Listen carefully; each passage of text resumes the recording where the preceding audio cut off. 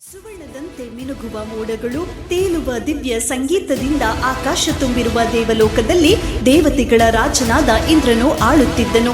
ಆದರೆ ಸಿಂಹಾಸನದ ಶಕ್ತಿಯೊಂದಿಗೆ ಅಹಂಕಾರವು ಹುಟ್ಟಿತು. ಗರ್ವ ಇಂದ್ರನ ದೃಷ್ಟಿಯನ್ನ ಮಸುಕುಗೊಳಿಸಿತು.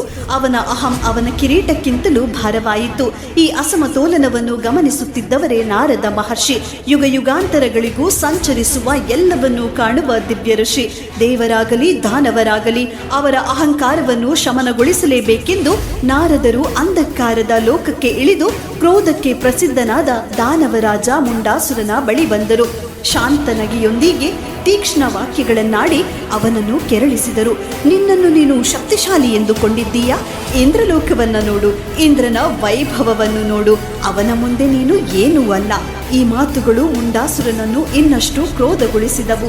ಕ್ರೋಧವು ಅವನನ್ನು ಸಂಪೂರ್ಣ ಆವರಿಸಿ ಶಕ್ತಿಶಾಲಿಯಾದ ಇಂದ್ರನನ್ನೇ ಮೀರಬೇಕೆನ್ನುವ ಸಂಕಲ್ಪದಿಂದ ಅವನು ಏಕಾಂಗಿ ಪರ್ವತಕ್ಕೆ ತೆರಳಿ ಭಯಾನಕ ತಪಸ್ಸನ್ನು ಆರಂಭಿಸಿದನು. ಉರಿಯುವ ಬಿಸಿಲು, ಕಟುವಾದ ಚಳಿ, ಭೀಕರ ಬಿರುಗಾಳಿಯನ್ನು ಲೆಕ್ಕಿಸದೆ ಮುಂಡಾಸುರನು ಅಚಲವಾದ ತಪಸ್ಸಿನಲ್ಲಿ ಮುಳುಗಿದನು. ದಿನಗಳು ವರ್ಷಗಳಾಗಿ ಕಳೆದವು. ಅವನ ದೃಢ ತಪಸ್ಸಿಗೆ ಮೆಚ್ಚಿ ಬ್ರಹ್ಮದೇವರು ಪ್ರತ್ಯಕ್ಷವಾಗಿ, ನಿನ್ನನ್ನು ಯಾವುದೇ ದೇವನಾಗಲಿ ಮಾನವನಾಗಲಿ ಸಂಹರಿಸಲಾರರು. ಈ ರೀತಿ ಬ್ರಹ್ಮದೇವನಿಂದ ಅಪಾರವಾದ ಬಲವನ್ನು ಬರವಾಗಿ ಪಡೆದು ಮತ್ತಷ್ಟು ಶಕ್ತಿಗೊಂಡ ಮುಂಡಾಸುರನು ಅಹಂಕಾರದಿಂದ ದೇವಲೋಕದತ್ತ ದಾಳಿ ನಡೆಸಿದನು. ಆಕಾಶವೇ ನಡುಗಿತು, ಯುದ್ಧ ಭುಗಿಲೆದ್ದಿತು. ಒಮ್ಮೆ ವೈಭವಶಾಲಿಯಾಗಿದ್ದ ದೇವಲೋಕ ಭೀತಿಯ ನೆರಳಲ್ಲಿ ನಡುಗಿತು.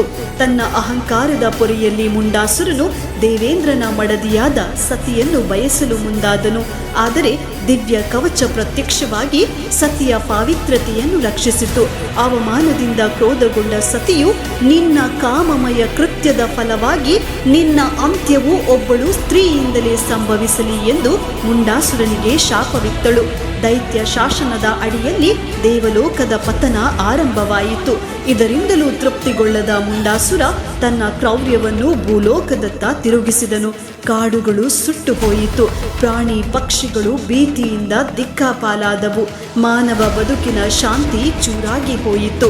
3 ಲೋಕಗಳ ಸಮತೋಲನ ಭಂಗವಾಯಿತು. ಸೃಷ್ಟಿಯು ಎಲ್ಲೆಡೆ ಅಂಧಕಾರವನ್ನು ಹರಡುತ್ತಿದ್ದಂತೆ ದೇವತೆಗಳು ತಮ್ಮ ದುಃಖವನ್ನು ಬ್ರಹ್ಮ, ವಿಷ್ಣು, ಮಹೇಶ್ವರರಿಗೆ ತಿಳಿಸಿದರು. ಮುಂಡಾಸುರನಿಗೆ ಸ್ತ್ರೀ ಶಕ್ತಿಯಿಂದ ಮಾತ್ರ ಮರಣ ಸಂಭವಿಸುವುದು ಎಂದು ತಿಳಿದ ಈ 3 ದೇವತೆಗಳು ಒಂದಾಗಿ ಜಗನ್ಮಾತೆ ಆದಿಶಕ್ತಿಯನ್ನು ಪ್ರಾರ್ಥಿಸುತ್ತಾರೆ. ಶ್ರೀದೇವಿಯು ಅವರ ಪ್ರಾರ್ಥನೆಯನ್ನು ಅಂಗೀಕರಿಸಿ ಶಂಖ, ಚಕ್ರ, ತ್ರಿಶೂಲಧಾರಿಣಿಯಾಗಿ ಸಿಂಹವಾಹಿನಿಯಾಗಿ ರಾಕ್ಷಸನ ಸಂಹಾರಕ್ಕಾಗಿ ಹೊರಡುತ್ತಾಳೆ.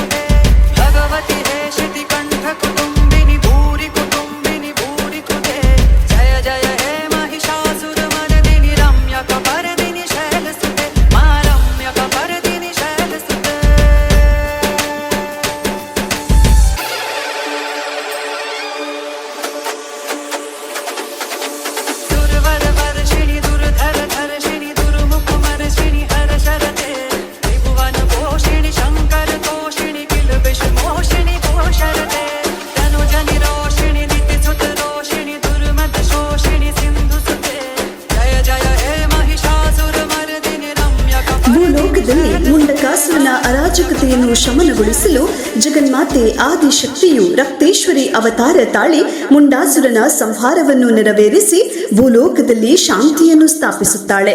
ಮುಂದಕ್ಕೆ ಮುಂಡಾಸುರನ ಸಂಹಾರ ನಡೆದ ಈ ಸ್ಥಳದ ಕ್ಷೇತ್ರ ಮಹಾತ್ಮೆ ಹಾಗೂ ಕಾರಣಿಕವನ್ನು ತಿಳಿದುಕೊಳ್ಳಬೇಕೆ? ಹಾಗಾದರೆ ಕಾತುರದಿಂದ ಕಾಯುತ್ತಿರಿ ಮುಂದಿನ ಸಂಚಿಕೆಗಾಗಿ. ಮುಂಡಕಾಸುರನ ವಧೆಯ ನಂತರ ಭೂಲೋಕದಲ್ಲಿ ಶಾಂತಿ ಪುನಃ ಸ್ಥಾಪಿತವಾಯಿತು. ಜನರು ಭಯವಿಲ್ಲದೆ ಜೀವನ ನಡೆಸಲಾರಂಭಿಸಿದರು. ಒಂದು ದಿನ ಮಹಾ ತಪಸ್ವಿಗಳಾದ ಭಾರ್ಗವ ಮುನಿಗಳು ಕಾಡಿನಲ್ಲಿ ಸಂಚರಿಸುತ್ತಿರುವಾಗ ದಿವ್ಯ ಪ್ರಕಾಶವೊಂದನ್ನು ಕಂಡರು.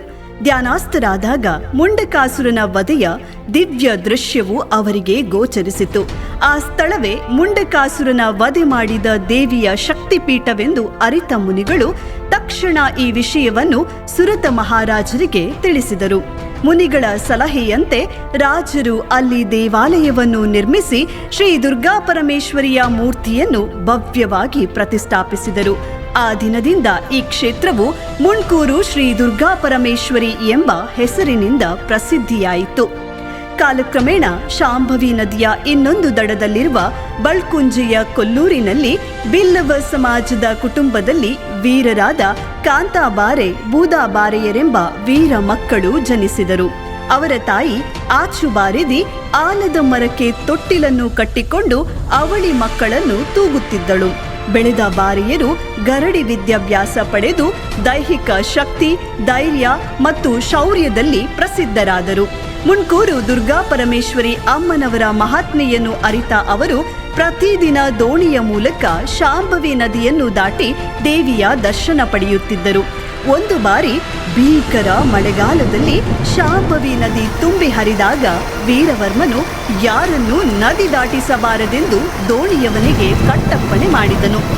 ಎಂದಿನಂತೆ ನದಿ ತೀರಕ್ಕೆ ಬಂದಾಗ ದೋಣಿಗಳನ್ನು ಕಾಣದೆ ನಿರಾಸರಾಗಿ ನದಿ ತೀರದಲ್ಲಿ ನಿಂತು ಬಾರಿಯರು ಅಲ್ಲಿಯೇ ಭಕ್ತಿಯಿಂದ ಮುಣ್ಕೂರು ತಾಯಿಗೆ ವಂದಿಸಿ ಪ್ರಾರ್ಥಿಸಿದರು. ಅವರ ಅಚಲ ಭಕ್ತಿಗೆ ಕರಗಿದ ಶ್ರೀದೇವಿಯು ನದಿಯನ್ನು 2 ಭಾಗವಾಗಿ ವಿಭಜಿಸಿ ದೇವಸ್ಥಾನಕ್ಕೆ ಬರಲು ದಾರಿ ಮಾಡಿಕೊಟ್ಟಳು. ಇದನ್ನು ತಿಳಿದ ಕುತಂತ್ರಿ ವೀರವರ್ಮನು ದೇವಿಯ ಶಕ್ತಿಯನ್ನು ಕುಗ್ಗಿಸಲು ಸ್ಥಳೀಯ ಅರ್ಚಕರು ತಾಂತ್ರಿಗಳು ಒಪ್ಪದಿದ್ದಾಗ ಕೇರಳದ ಮಾಂತ್ರಿಕರನ್ನು ಕರೆಸಿ ಶ್ರೀದೇವಿಯ ಸನ್ನಿಧಾನವನ್ನು ಕುಗ್ಗಿಸಿ ಶ್ರೀ ಕ್ಷೇತ್ರದ ರಕ್ಷಕರನ್ನು ಸ್ತಂಭನಗೊಳಿಸಿ ಪಶ್ಚಿಮಾಭಿಮುಖವಾಗಿದ್ದ ಶ್ರೀದೇವಿಯ ಮೂಲ ಬಿಂಬವನ್ನು ಪೂರ್ವಾಭಿಮುಖವಾಗಿ ತಿರುಗಿಸಿ ಬಿಂಬದ ಅಡಿಯಲ್ಲಿದ್ದ ಮುತ್ತು ರತ್ನಾದಿ ಅಮೂಲ್ಯ ಆಭರಣಗಳನ್ನು ದೋಚಿದನಂತೆ. ನಂತರ ಬಾರಿಯರ ಶಕ್ತಿಯನ್ನು ತಿಳಿದ ವೀರವರ್ಮನು ಮೋಸದಿಂದ ಕಬ್ಬಿನ ಕಟ್ಟಿನೊಳಗೆ ಕಬ್ಬಿಣದ ಸರಳುಗಳನ್ನು ಅಡಗಿಸಿ, ನೀವು ಇದನ್ನು ಒಂದೇ ಏಟಿಗೆ ತುಂಡರಿಸಿದರೆ ಫಲಭರಿತ ಒಬ್ಬನ್ ತೋಟವನ್ನು ನೀಡುತ್ತೇನೆ ಎಂದು ಪಂತಾಹ್ವನವಿಟ್ಟನು. ಬಾರಿಯರಿಗೆ ವೀರವರ್ಮನ ಕುಕೃತ್ಯ ಅರಿವಾಗಿ ದೇವಿಯನ್ನು ಪ್ರಾರ್ಥಿಸಿದಾಗ ಕಲ್ಲಕಂಡ ಎಂಬ ಸ್ಥಳದಲ್ಲಿ ಮುಣ್ಕೂರು ದುರ್ಗಾ ಪರಮೇಶ್ವರಿ ದೇವಿಯು ಬಾರಿಯರಿಗೆ ಹರಿತವಾದ ಖಡ್ಗವನ್ನು ಪ್ರಸಾದಿಸಿದಳು. ಆ ಖಡ್ಗದಿಂದ ಒಂದೇ ಏಟಿಗೆ ಕಬ್ಬಿಣ ಕಟ್ಟಿನೊಳಗಿದ್ದ ಕಬ್ಬಿಣದ ಸರಳುಗಳು ಸಹ ತುಂಡಾಗಿ ಬಿದ್ದವು. ಪಣದಂತೆ ತೋಟವನ್ನು ಕೊಡಲೊಪ್ಪದ ವೀರವರ್ಮ ಹಾಗೂ ಆತನ ಸಹಚರರನ್ನು ಬಾರಿಯರು ಶ್ರೀದೇವಿಯು ನೀಡಿದ ಖಡ್ಗದಲ್ಲೇ ವೀರವರ್ಮ ಹಾಗೂ ದುಷ್ಟರ ಸಂಹಾರವನ್ನು ಮಾಡುತ್ತಾರೆ. ಹೀಗೆ ಶ್ರೀದೇವಿಯ ಕೃಪೆಯಿಂದ ದುಷ್ಟ ಶಕ್ತಿಗಳ ಕುತಂತ್ರ ನಶಿಸಿ ಧರ್ಮಕ್ಕೆ ಜಯ ದೊರೆಯಿತು. ಪಣದಲ್ಲಿ ಗೆದ್ದ ಒಬ್ಬನ್ ತೋಟದಲ್ಲಿ ಬಾರಿಯರು ತಮ್ಮ ಕೈಗಳಿಂದಲೇ ಬಾವಿ ತೋಡಿ ನೀರು ಪಡೆದು ತೆಂಗಿನ ತೋಟದಿಂದ ದೊರೆಯುವಂತಹ ಎಣ್ಣೆಯನ್ನು ದೇವಿಯ ನಂದಾದೀಪಕ್ಕೆ ಅರ್ಪಿಸಿದರು. ನಂತರ ಚೌಟ ಅರಸರನ್ನು ಆಹ್ವಾನಿಸಿ ದೇವಸ್ಥಾನದ ನಿತ್ಯ ಸೇವೆ ಹಾಗೂ ಇಣ್ಣಾ ಮುಣ್ಕೂರು ಮತ್ತು ಮುಲ್ಲಡ್ಕ ಗ್ರಾಮಗಳ ಮೇಲ್ವಿಚಾರಣೆಯ ಹೊಣೆಯನ್ನು ಅವರಿಗೆ ವಹಿಸಲಾಯಿತು. ಹೀಗೆ ಧರ್ಮ, ಭಕ್ತಿ ಮತ್ತು ನ್ಯಾಯ ಆ ಪ್ರದೇಶದಲ್ಲಿ ಸ್ಥಾಪಿತವಾಯಿತು. ಒಮ್ಮೆ ಚೌಟ ಅರಸನ ರಾಣಿ ದೇವಸ್ಥಾನಕ್ಕೆ ಬಂದಂತಹ ಸಂದರ್ಭದಲ್ಲಿ ಅವಳ ಕುತ್ತಿಗೆಯಲ್ಲಿದ್ದ ಸರವು ಕೆಳಗೆ ಬಿದ್ದಿತ್ತು. ಅರಿಯದೆ ಅದನ್ನು ಮರಳಿ ಧರಿಸಿಕೊಂಡು ಅರಮನೆಗೆ ಹಿಂತಿರುಗಿದಳು. ಆ ರಾತ್ರಿ ಶ್ರೀದೇವಿಯು ರಾಣಿಯ ಕನಸಿನಲ್ಲಿ ಪ್ರತ್ಯಕ್ಷಳಾಗಿ, ನೀನು ಧರಿಸಿರುವ ಆ ಸರ ನನ್ನದು ಎಂದು ತಿಳಿಸಿದಳು. ಮುಂದಿನ ದಿನ ರಾಣಿ ಭಕ್ತಿಯಿಂದ ಆ ಸರವನ್ನು ದೇವಿಗೆ ಸಮರ್ಪಿಸಿದಳು. ಹೀಗೆ ವರುಷಗಳು ಕಳೆದವು. ಒಮ್ಮೆ ಊರಿನ ಮನೆಯಲ್ಲಿ ಮದುವೆ ಸಂಭ್ರಮದ ಸಂದರ್ಭ. ಮದುವೆ ಹಾಲ್ಗೆ ಹೊರಟ ವಾಹನ ಮುಂದಕ್ಕೆ ಚಲಿಸದೆ ದೇವಸ್ಥಾನದ ಎದುರೇ ಕೆಟ್ಟು ನಿಂತಿತ್ತು. ಎಷ್ಟೇ ಪ್ರಯತ್ನಿಸಿದರೂ ವಾಹನ ಸರಿಯಾಗದಿದ್ದಾಗ ಊರಿನ ಹಿರಿಯರು ಮುಣ್ಕೂರು ದುರ್ಗಾ ಪರಮೇಶ್ವರಿ ಅಮ್ಮನವರಿಗೆ ಮಲ್ಲಿಗೆ ಹೂ ಅರ್ಪಣೆ ಮಾಡದಿರುವುದೇ ಇದಕ್ಕೆಲ್ಲ ಕಾರಣವೆಂದು ನೆನಪಿಸಿದರು. ಕೂಡಲೇ ಕುಟುಂಬದವರು ಶ್ರೀ ಕ್ಷೇತ್ರಕ್ಕೆ ಬಂದು ಮಲ್ಲಿಗೆ ಹೂ ಅರ್ಪಿಸಿದ ನಂತರ ವಾಹನ ಸರಿಯಾಯಿತು. ಇದರಿಂದ ದೇವಿ ಮಲ್ಲಿಗೆ ಪ್ರಿಯಳು ಎಂಬುದಾಗಿ ತಿಳಿದು ಅಂದಿನಿಂದ ಊರಿನಲ್ಲಿ ಯಾವುದೇ ಸಂಭ್ರಮ ನಡೆಯುವಾಗಲೂ ಕೂಡ ಪ್ರಥಮವಾಗಿ ಶ್ರೀದೇವಿಗೆ ಮಲ್ಲಿಗೆ ಹೂ ಅರ್ಪಿಸುವಂತಹ ಪದ್ಧತಿ ರೂಢಿಯಾಯಿತು.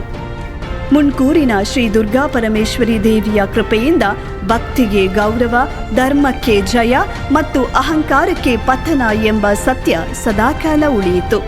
ಸಪ್ತ ದುರ್ಗೆಯರಲ್ಲಿ ಒಬ್ಬಳಾದ ಮುಣ್ಕೂರು ಶ್ರೀ ದುರ್ಗಾ ಪರಮೇಶ್ವರಿ ತಾಯಿ ಪರಮ ಪವಿತ್ರ ಶಾಂಭವಿ ನದಿಯ ತಟದಲ್ಲಿ ನೆಲೆಯೂರಿ ಇನ್ನ ಮುಣ್ಕೂರು, ಮುಲ್ಲಡ್ಕ ಈ 3 ಗ್ರಾಮದ ಆದಿದೇವಿಯಾಗಿ ಭಕ್ತರ ಇಷ್ಟಾರ್ಥಗಳನ್ನು ಈಡೇರಿಸಿ ಜಗದ ಮಹಾ ತಾಯಿಯಾಗಿ ಭಕ್ತರನ್ನು ರಕ್ಷಿಸುತ್ತಿದ್ದಾಳೆ.